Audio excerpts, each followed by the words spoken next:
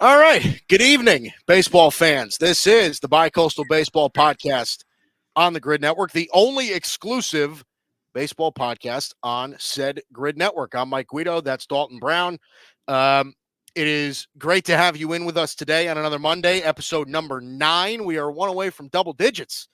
My friend Dalton, how you feeling? PGA hat today. We're not supporting anybody tonight. Yeah, I mean, so it's PGA Championship week here in Louisville at Valhalla Golf Club this weekend. My wife and I stopped by the big tent store that they have set up at Valhalla, picked up a little bit of gear because the event's happening locally, hoping to score some free tickets and be out there this weekend. So, yeah, I figure it's timely with the PGA being here in Louisville. There you go. See, we like golf too, right? I mean, listen, the problem is with golf, though, is that the baseball swing does not necessarily translate to the golf swing. It's how I picked up my horrible slice.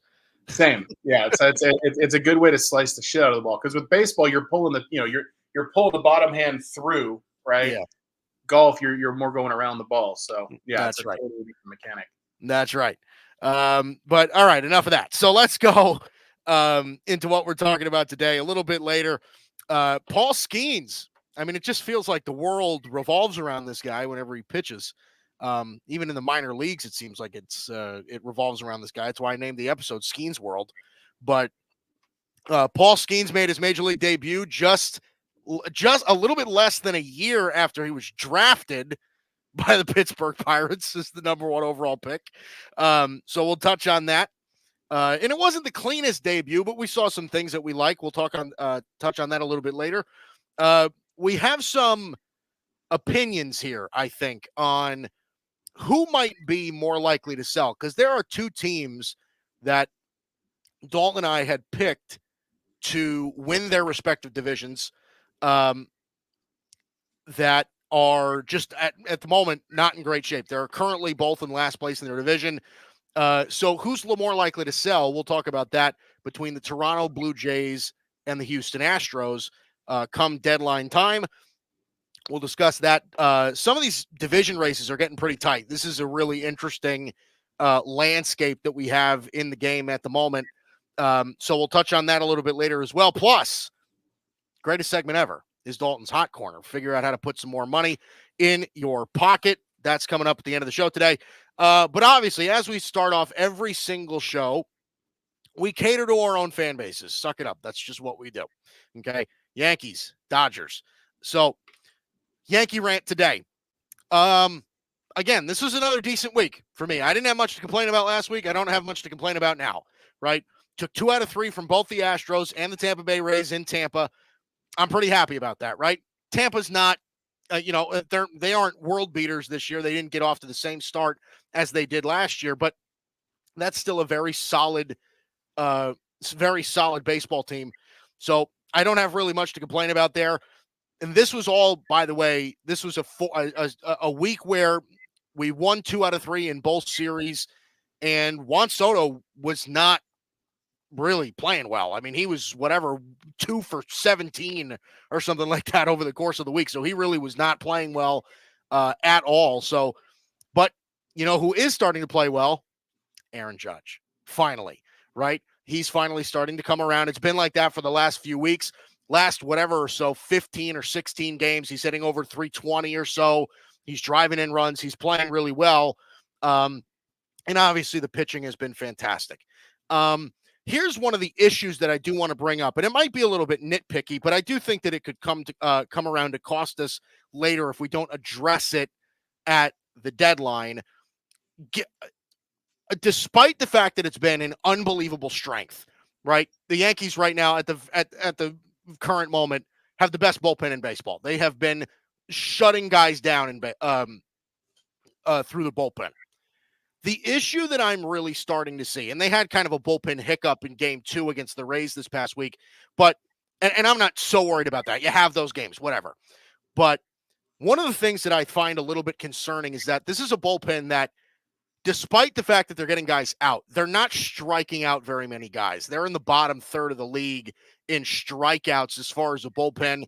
I think they're 24th or 25th in K per 9 in their bullpen. losing Loizaga for the season, I think, is a big part of that. He's obviously somebody that can rack up a bunch of strikeouts, but they're just not, they're getting outs, but it puts them in a position where, if you need a big time strikeout from a late inning guy, a ground ball to second base scores a run. That might be a problem that you have to fix. Now, again, like I said, it might be a little bit nitpicky, but come playoff time, that might be something you need to address going forward. So again, not much to complain about today. I'm feeling like I have a good week. This is going to be, I think, a tough series going forward. We're going to be at Minnesota for the next 3 days, starting tomorrow. So that's going to be an interesting series, especially with how the Twins are playing. They're starting to play really well. So, yeah, not much to complain about, Dalton. I'm feeling okay today. Yeah, I mean, as you should, right? We're both sitting here with our teams at 27-15, and if you ask me through 42 games, where do you want to be sitting? That's about where you want to be, That's right? right. It's very, very solid. So, not a ton to complain about. I agree. The bullpen point you make is well taken. At the end of the day, the best way to avoid bad batted ball luck is to not allow the ball to be put in play at all. Right. And that's what the best bullpens are able to do. Now, again, it's a little bit of champagne problems when you're talking about the Yankee bullpen. Right. Yes. It's a unit that, you touched on it. It's really effective in general. But it is concerning that, if their way of being effective is by pitching to contact, you're going to have some outings that don't go so well. Right. That's just all part of it. So, I think, if that's the biggest concern you have right now, then I think you have every right to be feeling pretty good. Yeah. So I don't blame you at all. Yeah. So, hey, listen, like I said, I think, and that's something, and we touched on this a while ago, and not even in reference to the Yankees. We just talked about this that's a fairly easy problem to fix, right? At the deadline, relievers don't really cost that much unless you're getting a super high end guy, unless you're bringing in Emmanuel Clase or Josh Hader or something like it. It's not going to cost you an arm and a leg. That's Right. something that I'm not really, I keep in mind too. This is also a team that is not 100% healthy in the bullpen, right? I mean, they've got, I think Tommy Kahnle comes back at some point soon. That's obviously going to add another arm. I mean, you're running guys and as much as I like the innings that you get from guys like Dennis Santana and, Michael Tonkin, I think kind of replacing those guys in the bullpen probably gives it a little bit of a beef. But yeah, so I'm feeling okay. What do you have for the Dodger rant today? Well, it's funny hearing Dennis Santana's name. I mean, the Yankee bullpen in a lot of ways is just a bunch of former Dodgers. I mean, you look at Victor Gonzalez, Caleb Ferguson, even Tommy Kahnle. Tommy Kahnle, yep. Certainly more known for his time with the Yankees. But yeah, Ferguson had a big time. I remember when they traded for him in the beginning, before the season started. I was just like, you know what, Ferguson seems like a fairly decent get. You texted me and just like, he will be a decent get. But there are going to be days where he is going to lose you games by himself. Yeah.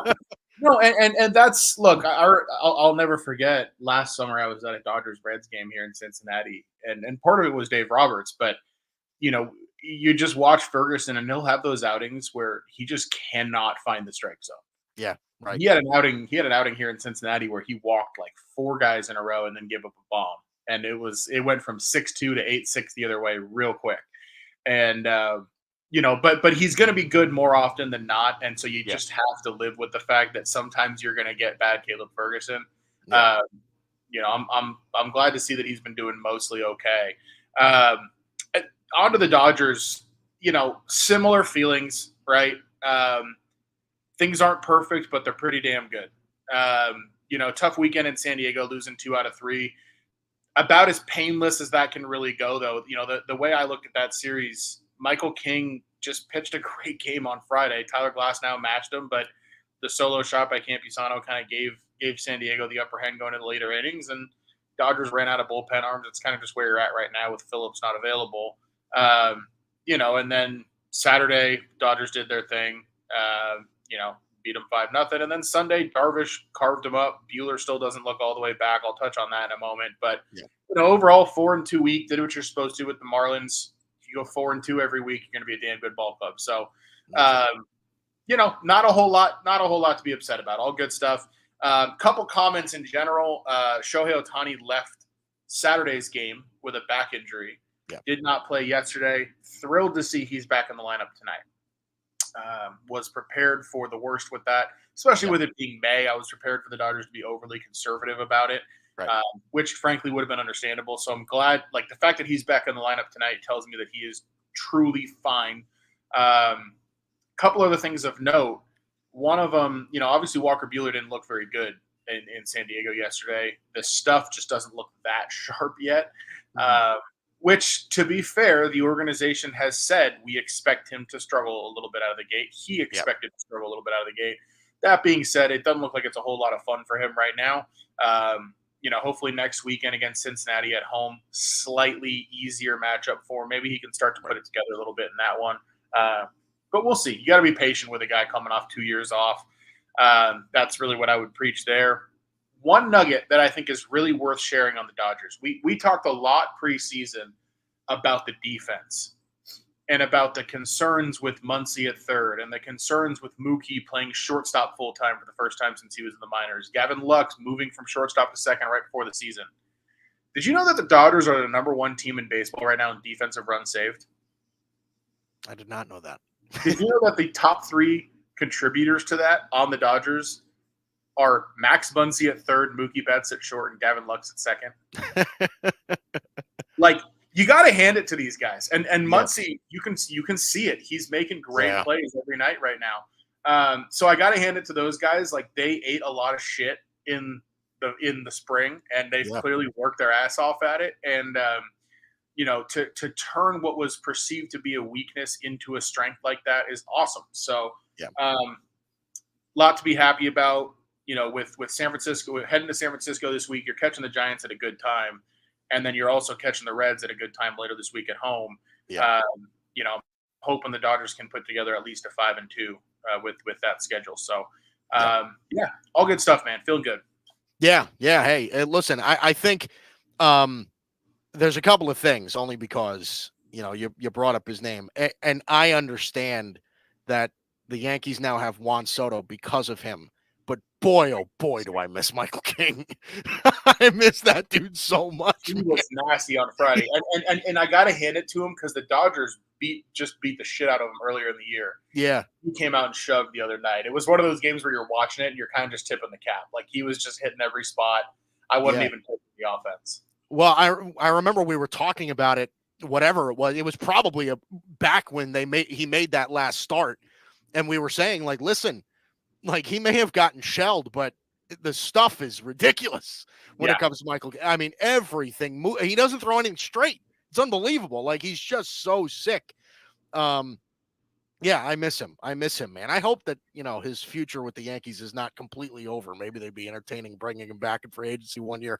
Who knows? And the other thing is that I want to kind of bring this up as well. And I might be a little bit late to the party on this, but the Dodgers genuinely have something in Andy Pages.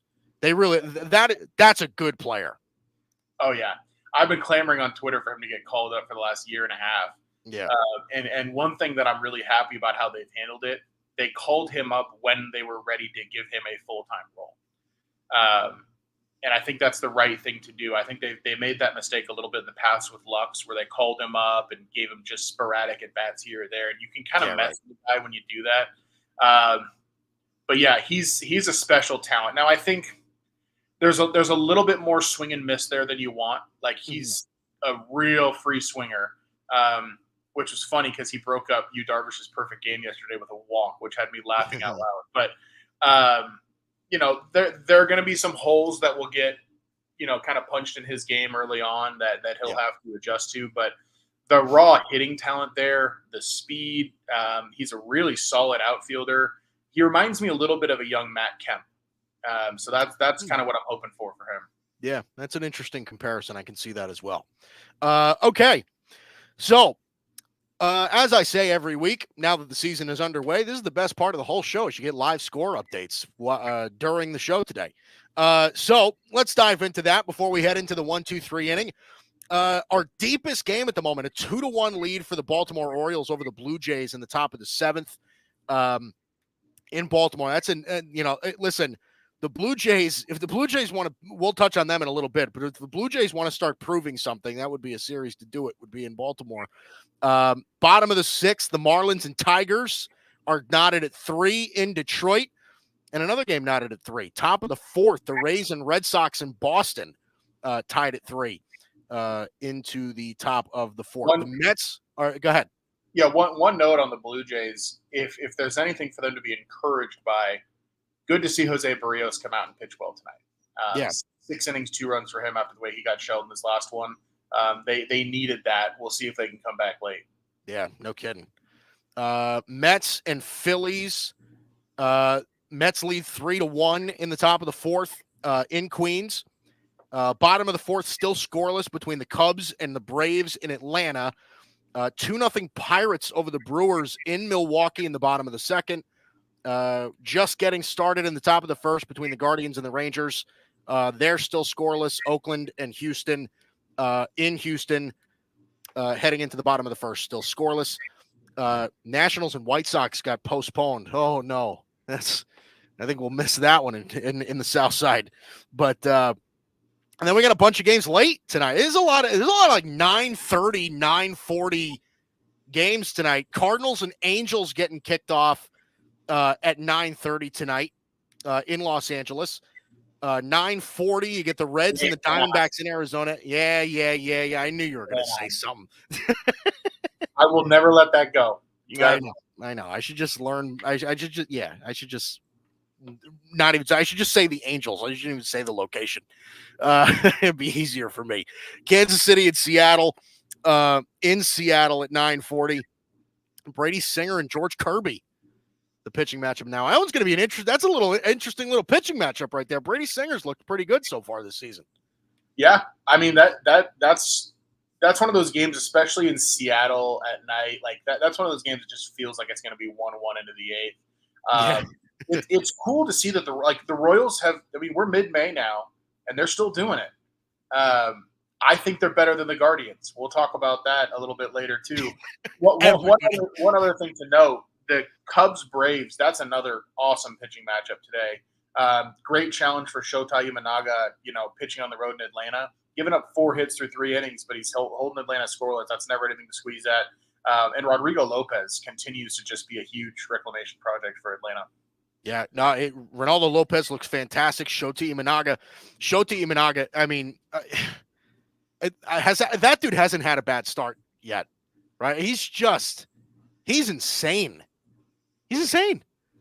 So I'm sure we'll touch on that a little bit later. We're going to give you another score update a little bit later as well. Rockies in San Diego.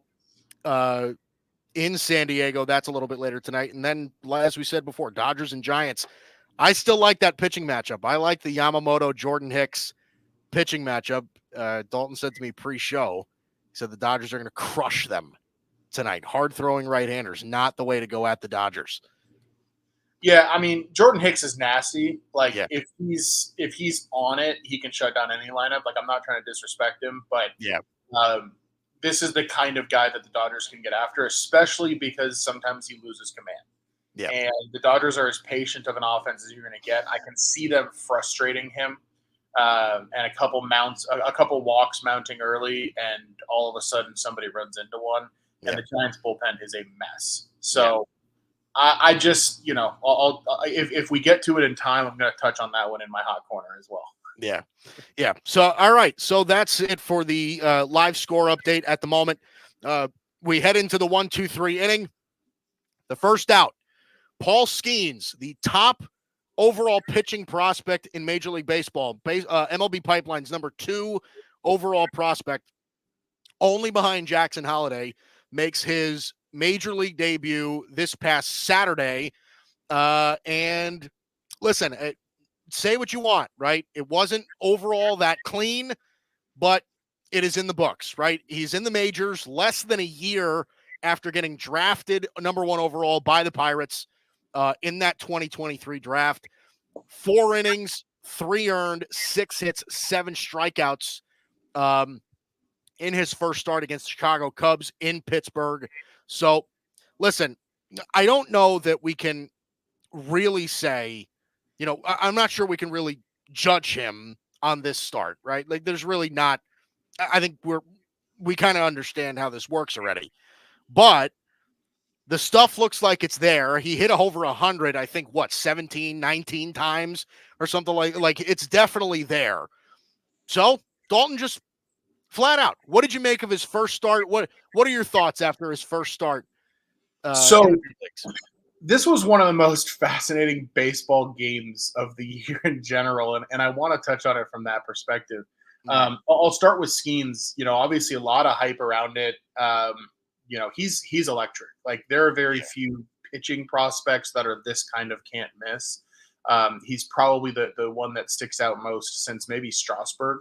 Probably, And I'll touch on some of what I said when Yamamoto struggled in his debut in Korea. It's like, when guys move up to this level of baseball, you got to give them time to adjust. The exciting thing with Skenes is he doesn't even look like he needs much more time to adjust. Yeah. Like, the stuff is electric. He's, spotting it pretty well. Like, that was a very, very competitive outing. That's kind of outing that you don't sneeze at from any starting pitcher. So, it ended a little bit hairy for him, but he looks like the real deal, and I'm excited to watch him continue to develop. I want to touch on the game, though, because what a hilarious baseball game. So Skenes exits that game. Pirates are up 6-1, 2 runners on. You're thinking, okay, well, hey, he put him in a great spot to win the game. I want to go through what happened after he exits. Kyle Nicholas replaces Paul Skenes. Strikes out Cody Bellinger, strikes out Christopher Morel. Awesome. You got 2 runners on, but you got 2 out. What a job, right? Here we go. Ian Happ hit by pitch. Nico Hoerner walks 6-2 Pittsburgh. Michael Busch walks 6-3 Pittsburgh. Miles Mastrobuoni walks 6-4 Pittsburgh. Oh my God. 3.5 hour rain delay. Yep. Then we come back. Jan Gomes walks 6-5 Pittsburgh. Oh my gosh. Mike Tauchman singles 6-6. Game delayed again due to rain. Seiya Suzuki walks 7-6 Cubs. Cody Bellinger walks 8-6 Cubs. Nick Madrigal lines out. Bottom of the 5th. Yasmani Grandal, who is still in the league, hits a 3-run homer to put Pittsburgh up 9-8 at the end of the 5th. I had Pirates' first 5 innings in that game as well, I would add. Wow. But, I mean, we're talking about like a 4.5 hour inning that started with Paul Skenes on the mound and finished with Keegan Thompson giving up a home run to Yasmani Grandal like 4 hours later. Pirates ended up winning the game 10-9. But just one of the more, like, from a betting perspective, from a baseball perspective, one of the more just like weird, fun games of the year. So I wanted to touch on that. Yeah, that's funny. That's really something else. Is there anything more like Pittsburgh in terms of the experience of a fan than Skenes comes out, looks good, does his thing, you get him out of the game in the 5th, and you feel pretty good about it. And then the bullpen comes in and walks in 7 runs. Yeah. Like, with a rain delay in the middle. I mean, it's just brutal for the Pirates. It is really something else. But listen, man. I think you're right in the fact that he may not need that much time to adjust because, truth be told, he hasn't needed that much time to adjust in the minors, right? Like, I mean, you can hear of guys that fly through the minors, and it does happen, right? But he made 7 starts in AAA. He had a sub-1 ERA in AAA. Obviously, that's what got him called up, is that he's just dominating the minors for the most part. And really, the reality is that if you just look at like tools, right? I mean, obviously, he's going to have one of the best fastballs in the game already. He's got some of the best breaking stuff in the game already. The command is there. It's not like he really struggles with command.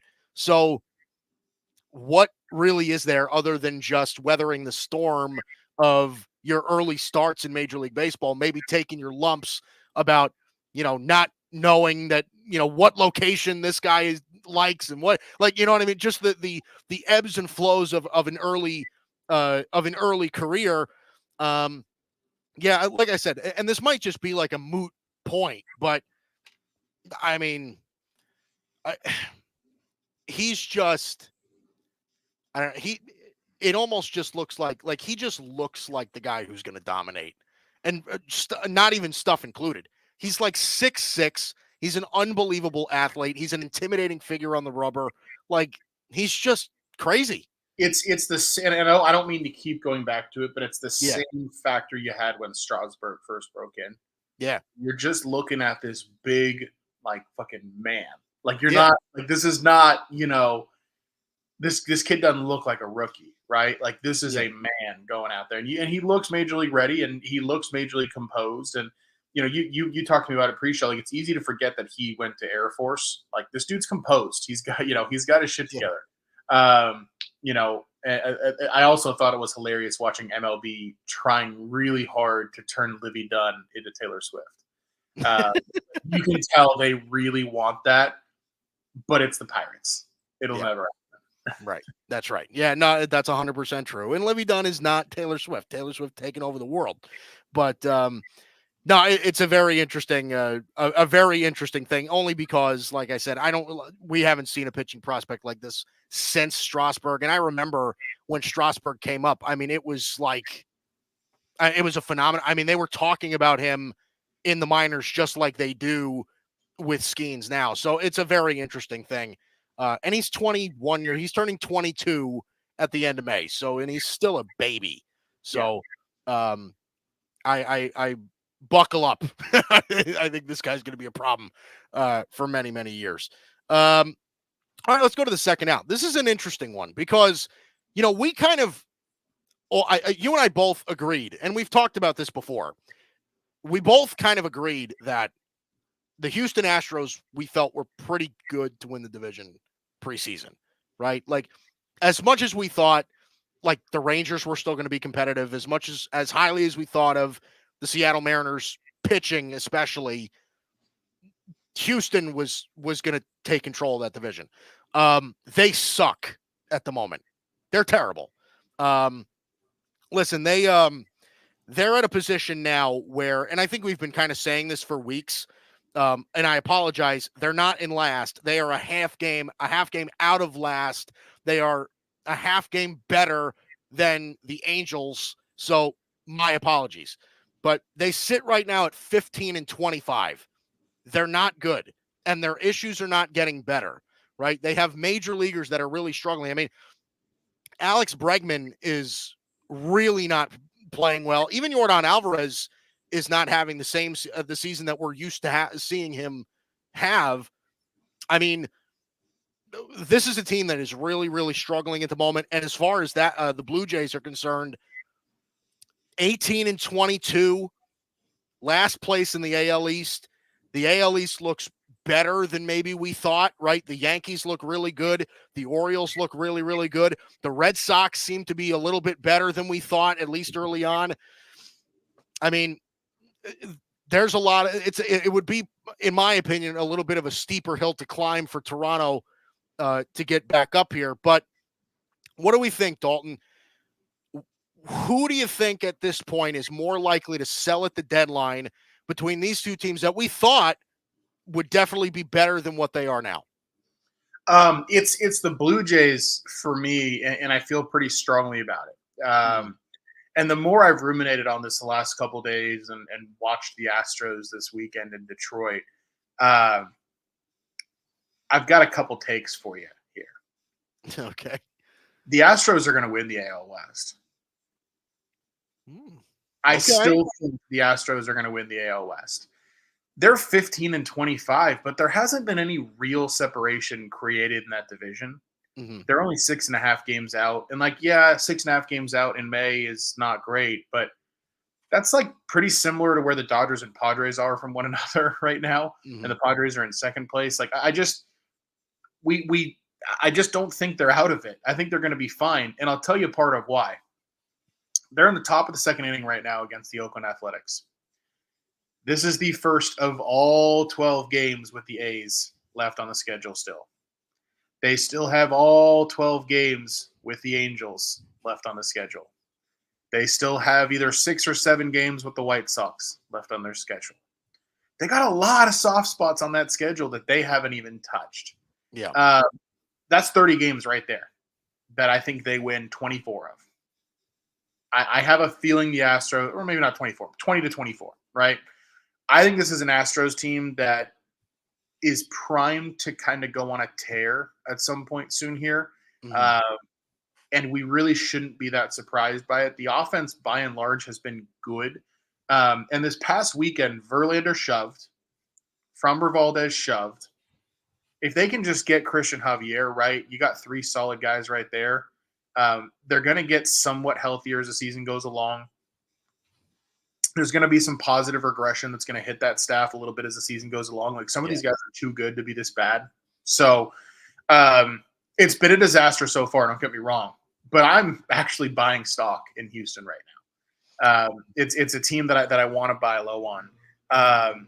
And I love that Dana Brown, their GM, as much as I don't think he's a great GM, I love that he came out and was like, sell, what are you talking about? We're a good team. I believe him.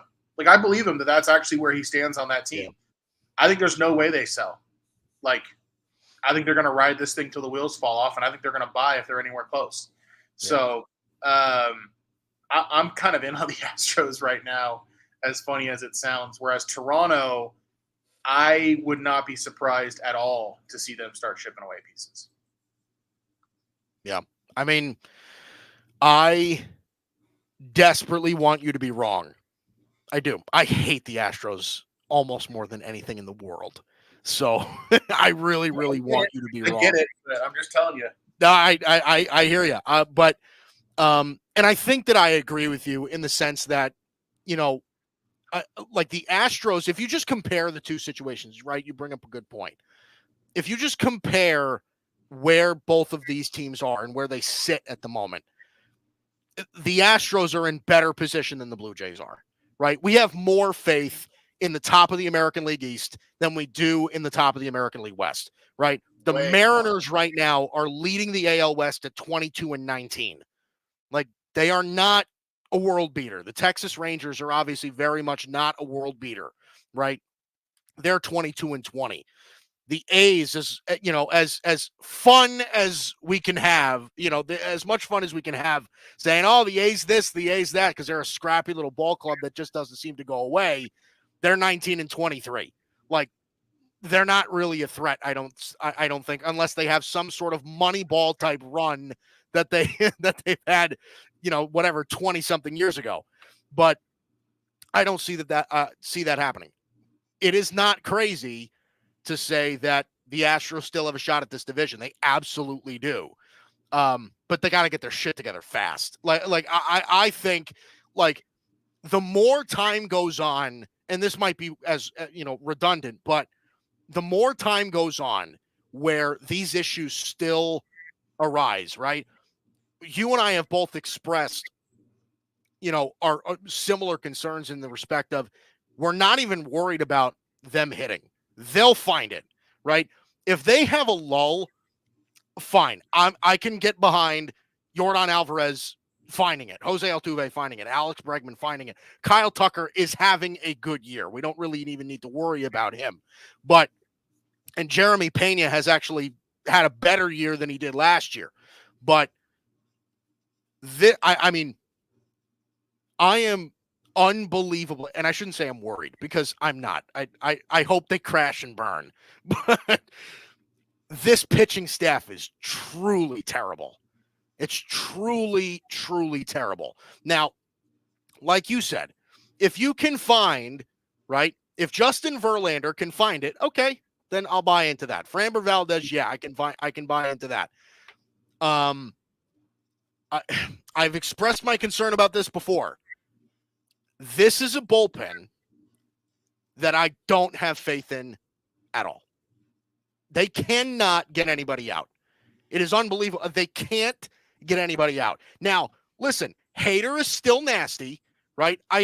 You're probably right in the sense that, like, a player that's as good as Josh Hader is going to eventually find it. I don't know that there's anybody else in that bullpen that I'm not convinced couldn't have a terrible year. I'm not convinced that Ryan Presley is going to find it this year. I'm not convinced that Brian Abreu is going to find it this year. And if you look beyond that, they have virtually no one else. Rafael Montero has been awful since he's gotten paid, right? Like, They just don't have anyone that can get anybody out. So unless they plan on buying, and I don't think it's going to take one or two bullpen pieces. They have to buy a shit ton of bullpen pieces to fix this issue. Then I think they could be in trouble. They really need to get this on track fast. So in respect to go ahead. But yes. Yeah. So here's the thing about that, right? The easiest thing to solve on a baseball team is the bullpen. Yeah. Right. It's the most random part of a baseball team. Like it's nearly impossible to predict what a bullpen's going to do year in and year out. Like like if we think a bullpen's going to be great, it doesn't mean it's going to be great, right? Right. I think that randomness can also occur within a season, and I think we're going to see some regression come back the other way for some of these guys. It doesn't have to be all of them, but a couple of them. And the fun thing about bullpens is you can fix them on the cheap. Like in 2017, when the Dodgers, made it to the World Series and played the Astros, a big part of that was Brandon Morrow, who the Dodgers picked up off the scrap heap after injuries, right? You can find guys like that to fix a bullpen as the season goes along. You don't have to spend big prospect capital to fix it. Sure. Like you can go get, trying to think of some examples, right? You can go get like a Dylan Floro for like a shitty prospect. Yeah. You know what I mean? And I don't even know what kind of year he's having, but I use him as an example where it's just like they don't need to go get 3 elite guys. No. Just go get a couple dudes that can eat innings for you here and there, and you're not that far off. So to me, it's the most fixable issue a team can have, and I think the starting pitching is already coming around to where I think the starting pitching can be average to above average. I think the bullpen can be average to below average, and they can hit the absolute shit out of the baseball and pass the Mariners, who can't hit at all, and the Rangers, who I still think are like a year away, even though they won the World Series last year, as weird as that is to say. So that's kind of where I stand on this. I mean, this is a team they've outscored the division-leading Mariners by 22 runs. Well, they can hit. They can certainly hit. They're hitting. So, I think they're steadily going to climb, and they're not that far. Like think about it this way: if Houston has a hot week and Seattle has a cold week, we're looking at like 2 or 3 games between these teams like that. Like that's all it takes. Right. So I don't know. I'm buying stock cheap right now in Houston. Yeah, and I don't want it to be misconstrued because I agree with you. I think that it is probably wise to have more faith in Houston right now than doubt. But like I said, I will say this. This is not something that I think like there's a deadline to that faith, right? Like they're to a point where I'm like, all right, if they don't fix this by, I said this to you, I think last time where I'm like, listen, you can't wait to solve your bullpen issues until the deadline. You can't wait till then because if it doesn't adjust until then we're going to be having a different discussion about the Astros, right? If they go from 6.5 games out to 11.5 games out, then we're having a different discussion. It is simply because they are still sort of in striking distance of this division because it is such an underwhelming top of the division right now that you're like, okay, yeah, they can still do this, but it's got to happen like now. Like if you're going to go get bullpen pieces, get them this week. like you can't afford to throw away. Like you can't lose a series to the A's, right? You can't lose a series to the Angels. You can't lose games that you're at the point now where like, all right, you've had your bad start. If it keeps getting bad, then, it just then the bullpen pieces that you do add at the deadline make less and less of a difference. So that's really where I'm coming from with this. But I agree. I think the Blue Jays at the moment are, and it's kind of interesting because like, I kind of view the Blue Jays and the Astros in a very similar light as far as like how their rosters are constructed in a way. They have like a bunch of young guys that I'm really not sure they want to dump, right? Obviously Guerrero, obviously Bichette, they're not going to trade any of those guys. But I mean, are you considering Springer? Are you considering Justin Turner? Are you considering, like you just I mean, I will say this, and I've had this opinion since they've done it. The Dalton Varsho trade was so unbelievably awful for the Blue Jays. It blew my mind. And it's not even just because like Gabby Moreno turned out to be something in Arizona. But Gurriel too. I mean, he's a star. Right. I'm thinking to myself, I'm like, you gave up a haul for a guy who, I mean, I'll be honest, I thought Dalton Varsho, even when he was in Arizona, was one of the more overrated players in all of baseball. Like, I just don't see it with him at all. Yeah, I mean, he's a very, very good defender. Sure. And has his moments offensively. He provides some versatility in the fact that he can catch if needed, but he's not a player that you're selling off Lourdes Gurriel Jr. and Gabby Moreno in hindsight for at all, right? No. Each of, because think about it this way, right? Varsho's a guy that can play the outfield or can catch. I'd rather have Gurriel than Varsho alone in the outfield. Right. I'd rather have Moreno than Varsho alone behind the plate. That's right. Yep.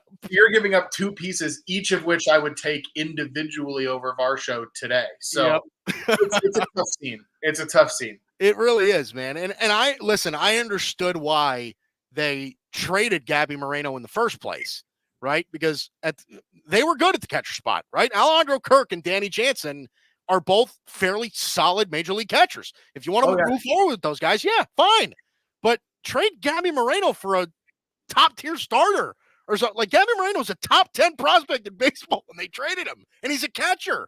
Like I don't know. I saw that trade and I was like, oh, what in the world are they doing? But I mean, they've got pieces to sell off, man. They really do. I mean, and I would say an old Lee Corso, not so fast, my friend, on there being no way that they trade Bichette or Guerrero.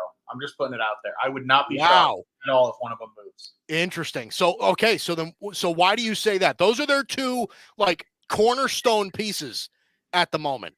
I think especially both of them are struggling, sure. But I think especially in the case of Guerrero, a lot of like the baseball zeitgeist has kind of soured on him. It reminds me a little bit of like the late portion of Cody Bellinger's time in LA, where it just kind of feels like, yeah, maybe we move on from this guy. Maybe we give him a change of scenery. Maybe we see what prospects we can get. I think if they fall far enough out of it, like they're going to want pieces to build that farm, and you're not going to get them for George Springer, right? Yeah. Like if you want to actually rebuild some pieces on that farm, you're going to have to let go of one of those guys. Unfortunately for them, the value on both of them right now has kind of been plummeting. Like they've both just been awful. I mean, Bo Bichette hitting under the Mendoza line is shocking given that guy's hit tool. Speaking of players I'd buy low on right now. But yeah, I mean, it's rough there, man. Yeah, no, I agree. I mean, listen, Vladimir Guerrero's all-star each of the last 3 years. And like, he's one of those guys where I'm like, okay, if I'm going to trade Vladdy Jr., I have to get an absolute fucking haul for him. Like I would need to, they would need to knock my socks off, because I think like the value in trading him would very rarely be higher than the value in keeping him. Like that's just kind of where I sit on the whole thing. So if my socks get knocked off by a trade, fine. But I don't think he hasn't been any good for like 2 years and change now. Like, I mean, he's been okay, but like I get he's making all-star teams, but he's not like a super impactful player the last couple of years. And he doesn't play any defense. He doesn't run the bases. Like, I mean, I don't know. I'm just not like, I'm not that bought in on Guerrero in general. Like, he's got 4 homers this year. Yeah. That doesn't work. If you're going to be him, right? Like, and you're going to play that game, you cannot be out here not hitting homers. Like, and I know that's such a reductionist way to look at it, but he's got 100 RBI season.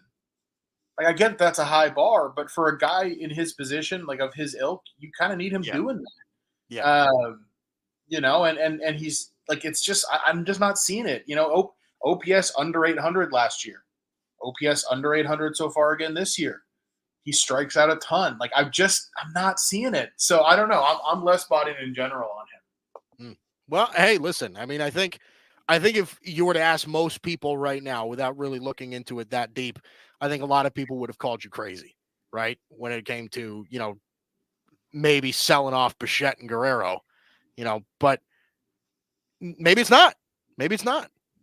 I don't know. We'll see. Yeah. All right. Let's go to the third out.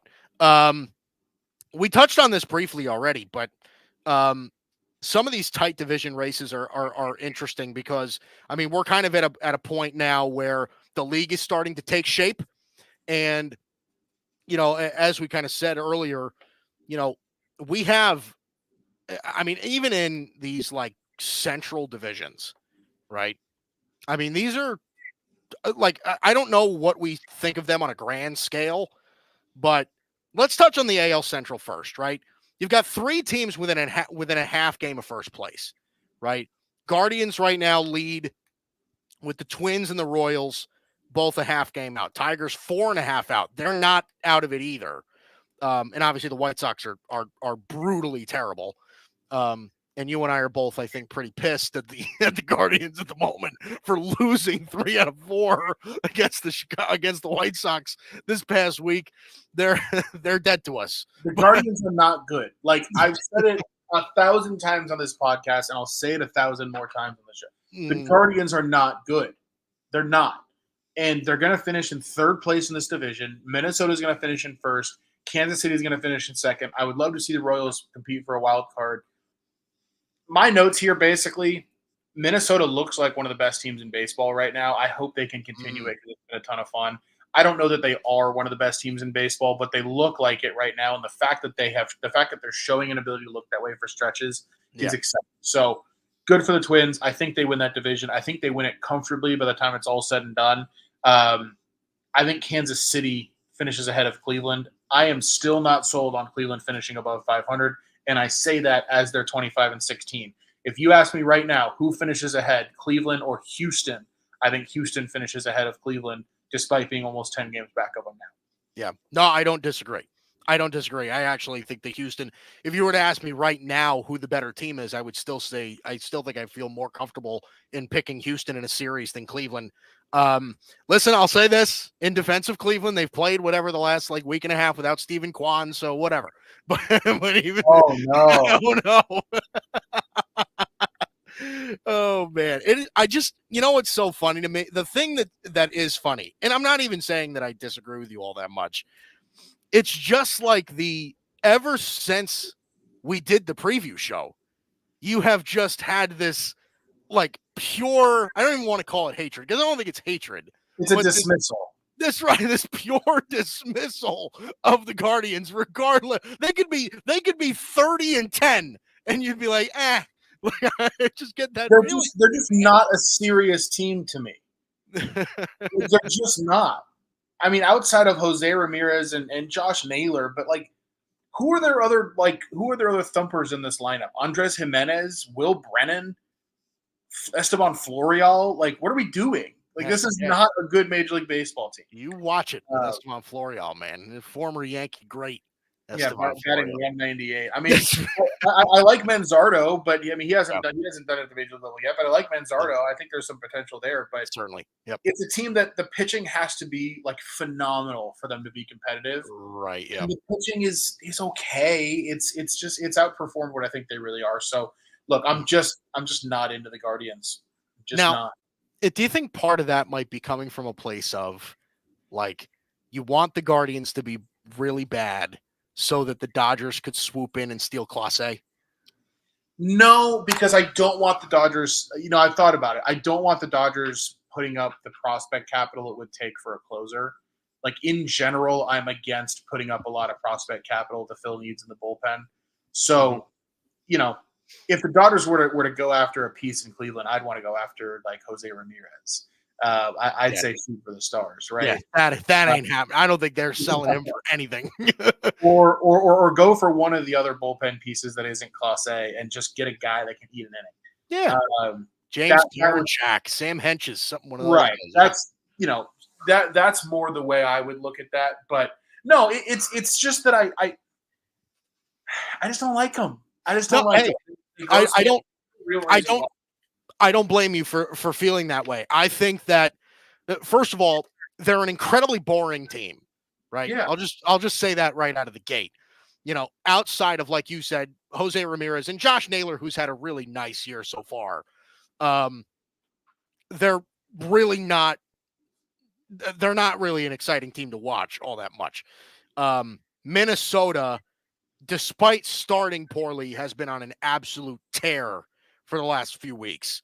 And Kansas City, I mean, this is a team where, like, I'm not sure that I'm completely bought in on the young players that they have up right now as much as you are, maybe.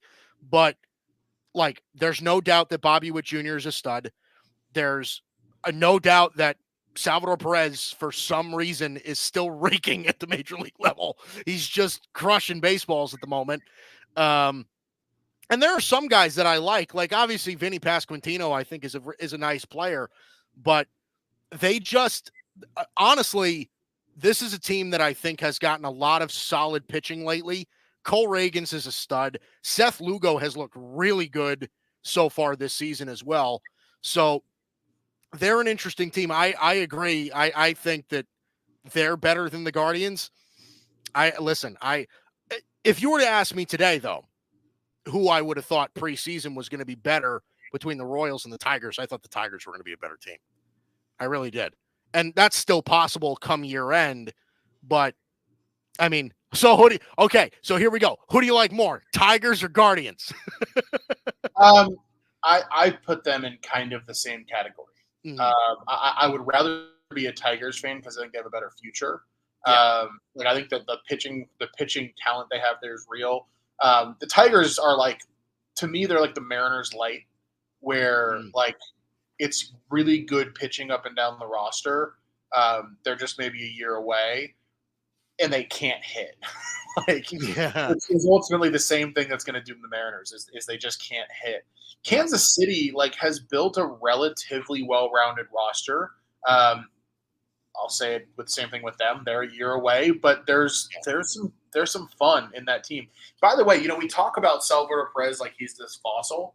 He's the same age as Freddie Freeman, and he's playing a lot of first base right now. Yeah, right. It's not, he's 34, just turned 34, I think. So, he's not young, but I feel like we talk about him like he's 38, Yeah, right. Yeah, no, it is something, though. I mean, 329, 8 homers, 33 RBIs, got a 942 OPS right now, Salvi Perez. So that's he's a stud, man. 34-year-old stud. And he just turned 34, too. So happy birthday to Salvador Perez. I want to go to the AL East because the Orioles and the Yankees, this, to me, right, and I'm not really saying this just because I'm a Yankee fan, right? This feels like a division or a division race that is going to go up until the final days of the season. I don't think the Orioles are going to claim a 7-game lead over the Yankees at any point in the year, nor do I think the Yankees are going to do the same thing on the Orioles. This is going to be very back and forth.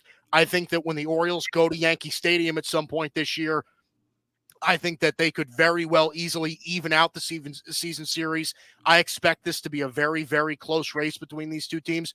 How do you see this playing out? Obviously, I think you were on the Blue Jays earlier on. I think we've kind of moved to a point where we're not really sure about them anymore. It kind of seems like it's Orioles, Yankees at the moment. They seem to be the two powerhouses. What do you make of this race right now? Yeah, I mean, so I think it's pretty, at this point, it feels like it's going to be the Orioles and the Yankees. I will say any team in that division is still within range where they can make a run. But it seems like it's going to be the Orioles or Yankees. I kind of think it's the Yankees, Mike. And I know, like, Wow. preseason, I might have said the Orioles over the Yankees, but I kind of think it's the Yankees because I feel like the O's, like, they had their shot to kind of get a lead on the Yankees early with Garrett Cole hurt, some of the other injuries, right? Like, the Yankees are going to get healthier as the season goes along, at least in theory. Yeah. And I think the O's, like, I feel like we've kind of seen their peak already. And you look at the Pythagorean for the two teams. Pythagorean Yankees are right where they're supposed to be, 27 and 15.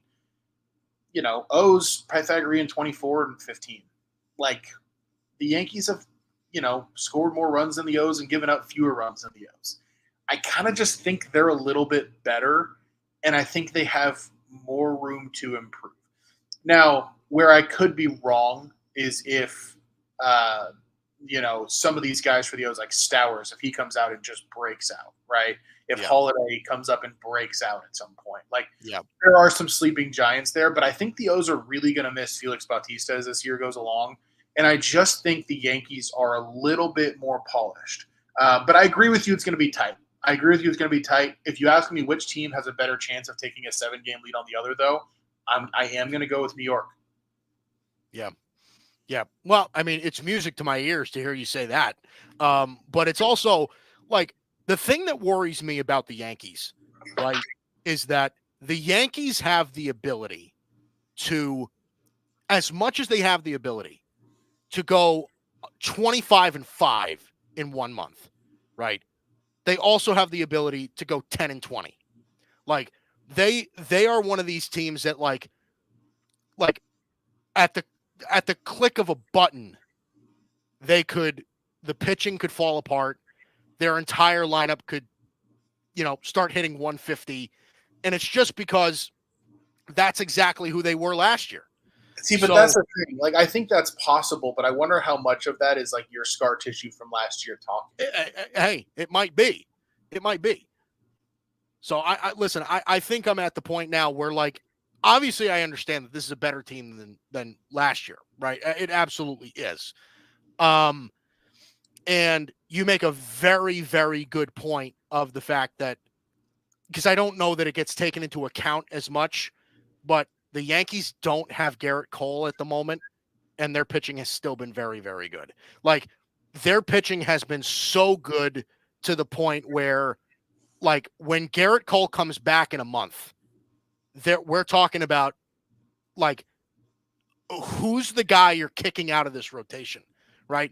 And there isn't a clean answer, and it might be no one, right? Like, they might run a 6-man rotation until Luis Heel comes back down to earth or something. Like, because that's the thing. It's like you're looking at a rotation where you're like, okay, Cole, obviously he's a stud. Rodon pitching really well. Stroman pitching really well. Clark Schmidt, again, pitching really well. Like, there's no, like, there isn't really a guy that you can replace at this point in time. So the Orioles kind of had their chance to take a big lead, and the Yankees really haven't let them do so, right? Yeah. And it's not even really because, like, the Orioles have not played well, right? They're 26-13. Like, they're a very, very good baseball team, and they are only going to get better, right? Gunnar Henderson is obviously a superstar. Adley Rutschman is a superstar.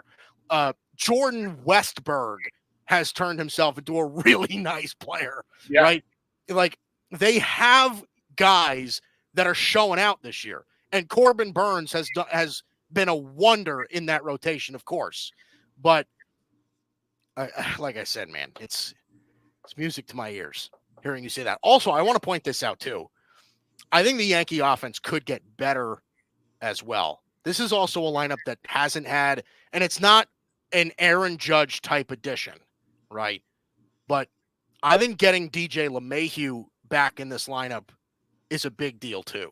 Just having, like, if you look at it right now, the Yankees are running the same lineup out there every single day for the most part, because their bench right now almost has zero depth on it, right? I like John Birdie. I like Oswaldo Cabrera. But for the most part, especially when Birdie was hurt, it was Taylor Trammell, Jahmai Jones. Like you're not running those guys out there. They're not good enough to be out there. So you put DJ LeMahieu in that role instead. You give guys a blow for a day, right? I think it just makes their offense even better. So I'll stick with you, Dalton Brown. I think it's the Yankees too. Sounds maybe good. maybe there's a little bit bias coming from my side anyway. Lastly, let's talk quickly about the NL Central. The Brewers and the Cubs. The Cubs right now a half game back. Listen, I'll tell you this.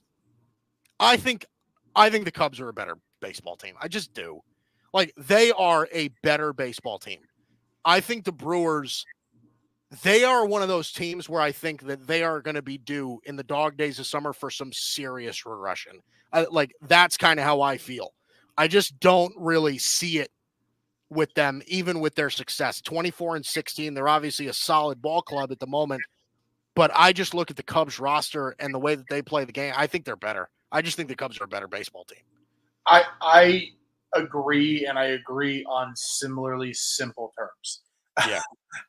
Like I think Milwaukee it's a little bit like what we talked about with Baltimore and New York, where I think Milwaukee's a team right now that's like maxing out what they can be. And I think the Cubs are like still kind of rounding into what they can be. Like Justin Steele's still getting healthy. Imanaga has been a home run signing for them. Tyone has looked good. Like, yeah, I think it's a strong rotation. They can hit. Like that lineup can hit. And the bullpen's pretty good. I mean, Alzolay struggled a little bit, but the bullpen's pretty good. So, I don't think they're great. Like, I think they're like at best the fourth best team in the NL with the Dodgers, Braves, Phillies. In whatever order you put those three, which I think is also something to debate. But but I think after those three, you could make an argument for the Cubs, which is a solid step up for them. Yeah. Like it's a team that you're not looking forward to facing them in a playoff series. I'll say that. No, I don't think you are. They can definitely hit. I'll tell you that. And this is a fairly balanced ball club. It really is. Yeah. Right. Like they definitely, like the Cubs kind of, and you said this preseason as well. The Cubs kind of have that feeling of like what the Diamondbacks did last year, right? Like all it takes is for them to get hot for 2 or 3 weeks. You're in the playoffs. You see the Cubs and they're rolling. Like there's no reason why the Cubs can't beat the Braves. There's no reason why they can't beat the Dodgers. Like once they're in, they're the kind of team that can just get hot and stick it to you. So interesting enough with that. Okay, let's give you another score update that wraps up the 1-2-3 inning. As of right now, the Blue Jays and Orioles are in extras, knotted at 2 in the 10th in Baltimore. So interesting game there. The Tigers and Marlins. Tigers right now leading the Marlins 6-5 in the top of the 9th. The Rays and Red Sox. Tampa Bay out to a 4-3 lead in the top of the 7th on the road. Mets still lead the Phillies 3-1 in the bottom of the 6th. We are still scoreless with the Cubs and Braves in Atlanta. What a game, right? I mean, let's just see what the line is right now. Imanaga still out here doing it. 5 innings, no earned, 7 hits, struck out 8 in 5 innings for Imanaga. And then they brought in Hayden Wisniewski. And then the Braves, Ronaldo Lopez, they also turned it over to Ray Kerr, but Ronaldo Lopez 5 innings, 2 hits, 4 Ks, none earned. So still nothing between the Braves and the Cubs. Potential playoff series there, I think. we just were kind of discussing it. That's a real series right there. So Pittsburgh right now ahead of the Brewers 3-0 in Milwaukee in the bottom of the 5th. Guardians and Rangers heading into the 5th scoreless, and the Astros have a 2-1 lead in Houston over the A's heading into the bottom of the 4th. Where do we see on that? Rush Stripling with 2 runs given up in 3 innings. And, would you look at this? Spencer Arrighetti, 4 innings, 1 earned on 4 hits, 5 Ks for Arrighetti. This is the thing, right? Guys like Spencer Arrighetti when you have all these games lined up like they do against Oakland and Anaheim, like this is where a guy like that can maybe start to gain a little bit of confidence, and where a team like that can start to gain confidence. Like you win tonight behind Arrighetti.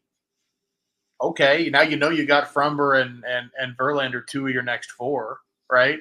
Like I'm telling you, I have a feeling those wheels are going to start turning. Couple futures I want to touch on with them because this is not going to be the hot corner, but Yeah. if you like the Astros, you can get them 4-1 right now to win that division. I think that's worth a look. You can get them 25-1 to win the World Series. I think that's worth a look. You can get them 14-1 to win the AL pennant. I think that's worth a look, given the way that if this team gets into the postseason, we know that they know how to win.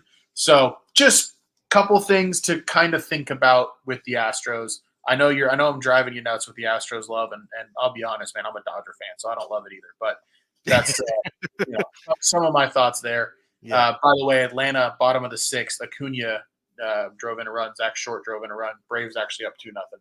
2-0. Yep, I just saw that. 2-0 Braves in the bottom of the sixth. Also, the Tigers and Marlins went final.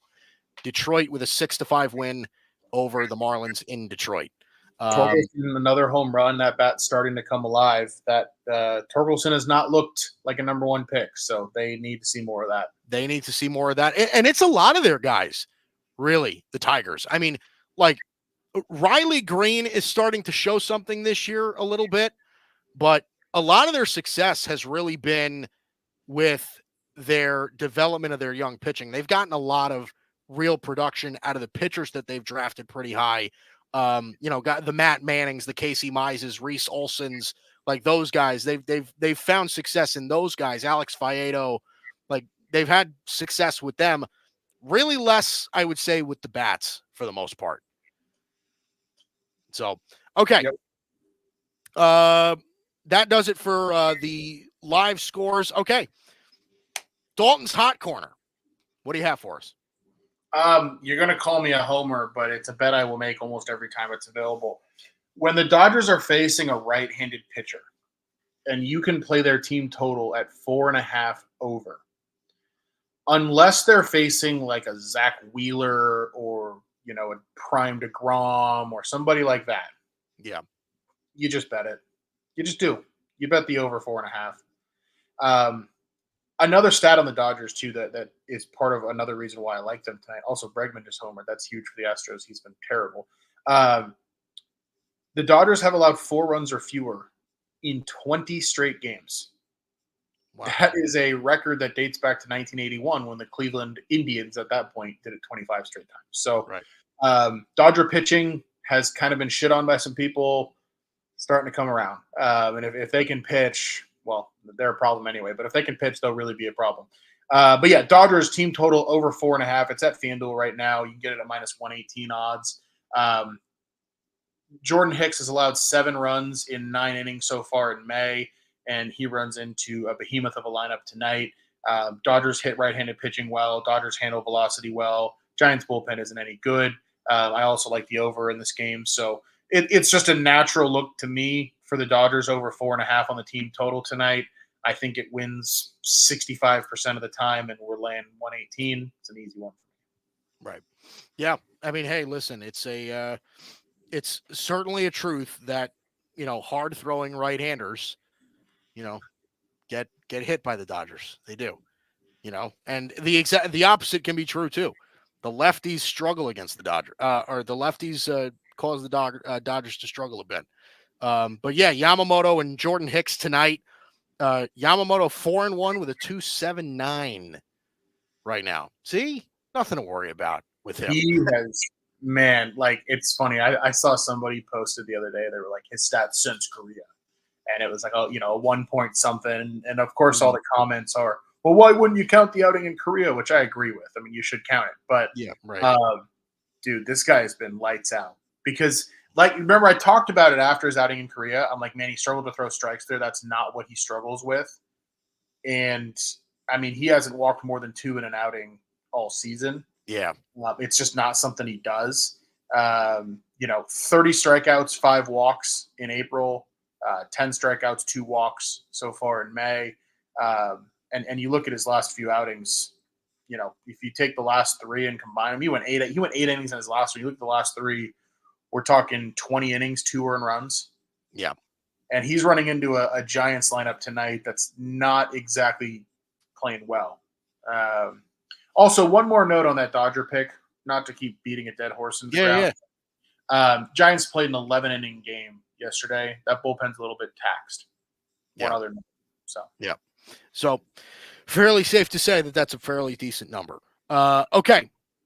So that does it for us. As for Dalton Brown, I'm Mike Guido. This is the Bicoastal Baseball Podcast on the Grid Network, the only exclusive baseball podcast on said Grid Network every Monday at 8 o'clock Eastern. You can catch us virtually on every platform, right? Twitter, YouTube, that's where it primarily is. Catch the playbacks on Spotify, the whole bit. Dalton, any last words before we escape for the evening? Well, we'll keep dreaming of a Dodger Yankee World Series for the sake of this show. I can see That's it. right. That's right. Yeah. And then listen, if that happens, that's when the real shit talking begins. That's when it really comes to life. All right. So that does it for us. Again, Dalton Brown, Mike Guido, Bicoastal Baseball Podcast. We will see you.